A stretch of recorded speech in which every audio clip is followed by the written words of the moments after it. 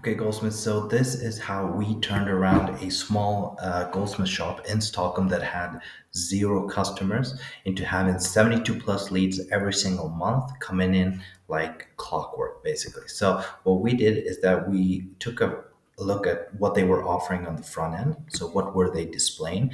And the truth is they weren't displaying any campaign. So what we did was basically the first thing we did was make an offer. So we wrote on Google Docs basically an offer that had a couple of components. So number one was urgency, right? So we what we did with the urgency part is that we just made them take a photo, 7 photos, right? Basically with the same thing, with a banner that basically said 7 days left, and then 6 days left, 5 days left, 3 days left, 2 days, or one day, 16 hours left, right? So basically those sort of photos, and we pinned them on our Instagram, on their Instagram, and we just pinned one every single day. So it was a 7 day campaign. So that's what we did on the organic side. And then what we did with ads is basically do the exact same thing, but instead of the photo banner, we had headline. Sorry, we had the hook, then we had the copy, the creative, which is basically bold text with a woman on it wearing jewelry, and then the headline that just called to the action, right? So learn more, basically. So we put that on their organic side, and then we run ads for them both Facebook and Instagram. So that's basically what we did on the ad side. Then we started spending the money, and we redirected them to a form that was actually, they were not instant forms. So they were not Facebook instant forms. They were just our local CRM form. So we got them on a form, and then we called them. So actually, what happened with this Goldsmith is that they got cold feet for calling the leads after the second call. So we had to call them inside 60 seconds, right? So that's the game. But they didn't want to do that. So instead they texted them, right? And then when they texted them, they booked a in-person appointment with the lead in the Goldsmith shop, right? And then when they came in, the first thing that they did was they sat down with our sales process. So our sales process is basically, frankly, like any other sales process, right? We just price anchor, right? And then, okay, so price anchor, I'll just put that as number one. That's the first thing we do always. Obviously, we have to go through all the script, and then when we are selling to them, we price anchor them.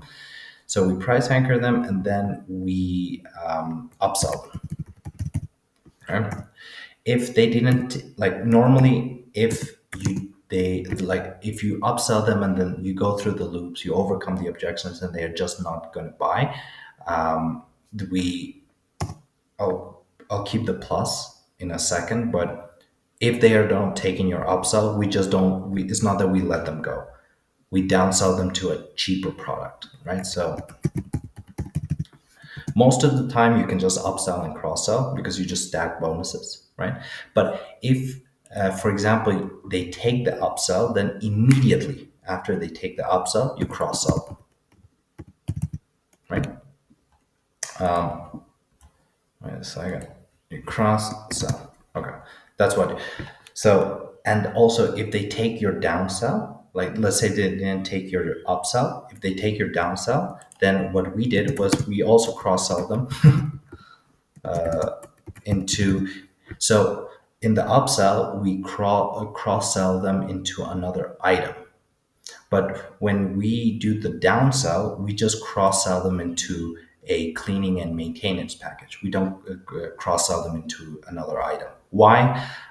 We just saw that the take rates on offers just went down when we downsell them and cross sell them into another item. Now, I don't know if that's just because we haven't done enough volume or not. I really, really don't know. When I get to know, I'll tell you guys. But that's what we found. So that's why we don't cross sell them into another item. So I'll just put here item or different item, right? All right. But here we'll put cleaning and maintenance package, right? So that's what we did, and then that's it. And then we just run. We had just run this play for over like 2 months already. That's it. That's the only thing we did. So we put on our organic, so just free posts on Instagram and Facebook, um, banner ads every day for the 7 day campaign. 7 days left, and then when there were 6 days left, 6 days left, and then we just pinned those posts. That's it. Okay. And then on our ads, we run our typical ad with bold font, right? Which just said like Stockholm City, ladies wanted, and then the offer. Now we normally run a dream wedding ring offer, right? It sells better. So that's what we ran for Facebook and Instagram ads. Then we send them to a form where they gave us their name, their last name, their email, and their phone number. We don't need anything else, right? Because we can text them, we can email them, and we know what to call them, right? What's their name? Here we were supposed to call them, but that didn't happen. So we just texted them, and it worked fine. Obviously, the text ones you convert way less. So if you want to make more money, call them. But obviously, we have found that Swedish goldsmiths are very, very timid, right? Obviously, it's a little bit tough to call, but it works well. You make more money. But if you don't want to call them inside 60 seconds, we just gave them the option to text them. And they did. And obviously they converted way lower percentage, way lower. It was like 30% lower. So they lost a lot of money on the ads. But at the end of the day, with the sales process, we could just get higher and higher ticket, right? Because we just price anchor and upsell them, cross sell them, downsell them, cross sell them, right? So we got a way higher price ticket on that. So that's what we did, Goldsmiths. I hope this helped. So if you don't have any customers walking in, if let's say you go into your Goldsmith shop and you are like, for example, in this case, they were just like, oh, it's maybe a week.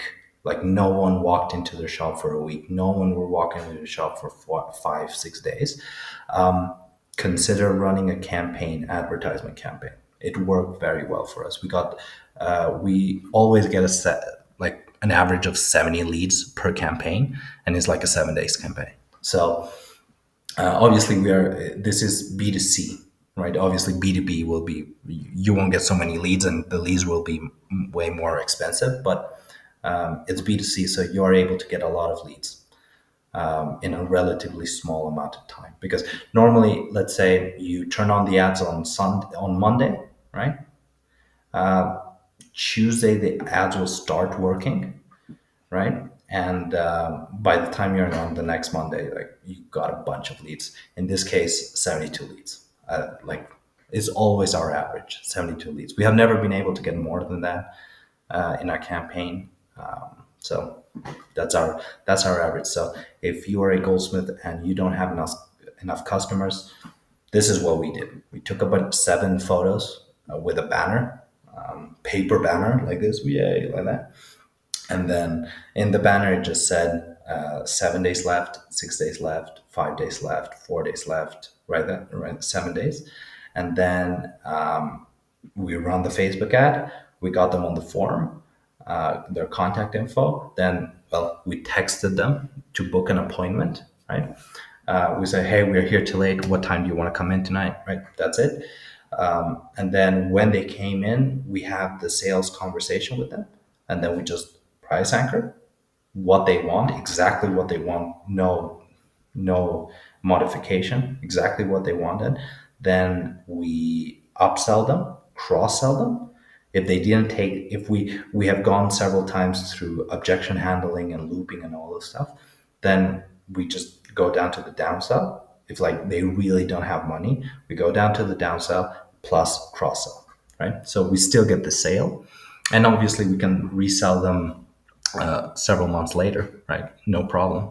We have the lead, right? So that's what we did. If you're a goldsmith and again, no customers, then you can run this play.